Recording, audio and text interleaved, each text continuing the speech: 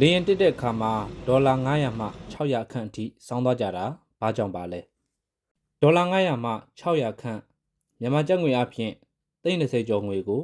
လေဆိပ်မှာချုံမနှိပြရန်အတွက်တကယ်စောင်းသွားဖို့လိုအပ်သလားဗီဇာထုတ်ပေးခြင်းဆိုင်ရာထုတ်ပြန်ကြေညာချက်အရဗီဇာခွင့်ပြုချက်ရရှိတိုင်းလေကိုရီးယားနိုင်ငံသို့တေချာပေါက်ဝင်ရောက်ခွင့်ရမယ်ဆိုတာအာမမခံဟုဆိုထားပါတယ်ကိုရီးယားလေဆိပ်သို့ရောက်ရှိပြီးကိုရီးယားလေဆိပ်လာဝကမှမိမိရဲ့ဗီဇာချစ်လက်နဲ့ကိုယ့်ရဲ့ချစ်လက်များကိုတိုက်စစ်စစ်ဆေးပြီးတော့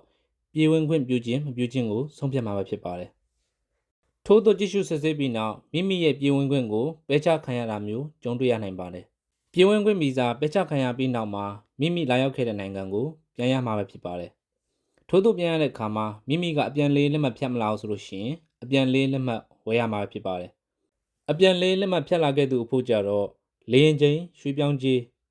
ထပ်ဆောင်ပေးဆောင်ရနိုင်ကြီးရှိပါတယ်။အခုလိုချင်းနေနဲ့ကျုံတွေ့ရတဲ့အခါမှာအထွေထွေကုန်ကျစရိတ်အလုံးကိုမိမိကပဲ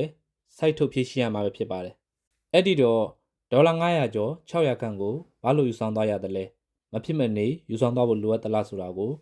အနည်းငယ်နားလည်သဘောပေါက်မယ်လို့ထင်မိပါတယ်။အခုပြောပြခဲ့တဲ့အကြောင်းအရာချို့ကကျွန်တော်မြင်သိသလောက်အကြောင်းအရာလေးပဲဖြစ်ပါတယ်။